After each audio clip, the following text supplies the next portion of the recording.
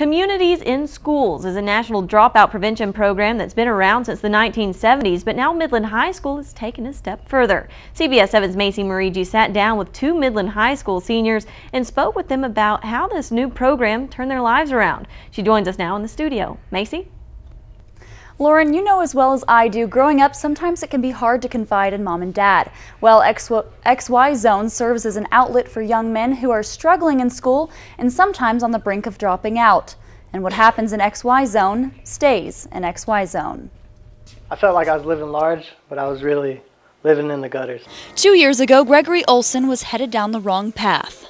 I didn't know if I wanted to drop out or I just stopped trying in high school. And then one day, he was introduced to XY Zone and director Mike Mills.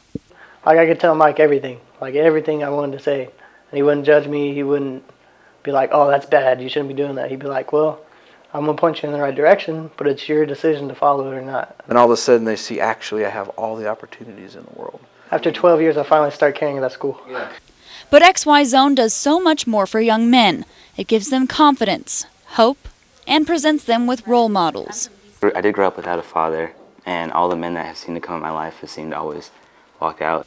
And much like Greg, Wesley was encouraged to give XY Zone a try, and through his experience, he has found himself.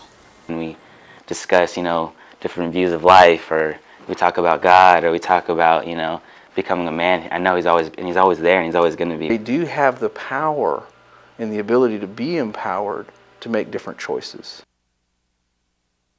Both Wes and Greg graduate in just a little over a month. Wes tells me his short-term goal is to get into the Naval Academy, where he plans to study nuclear engineering. And Greg just received a scholarship to Midland College, where he plans to focus on flumenology, the study of lightning. But when I asked them what their long-term goals were, both said they want to change the world. Live in the studio, I'm Macy Marigi.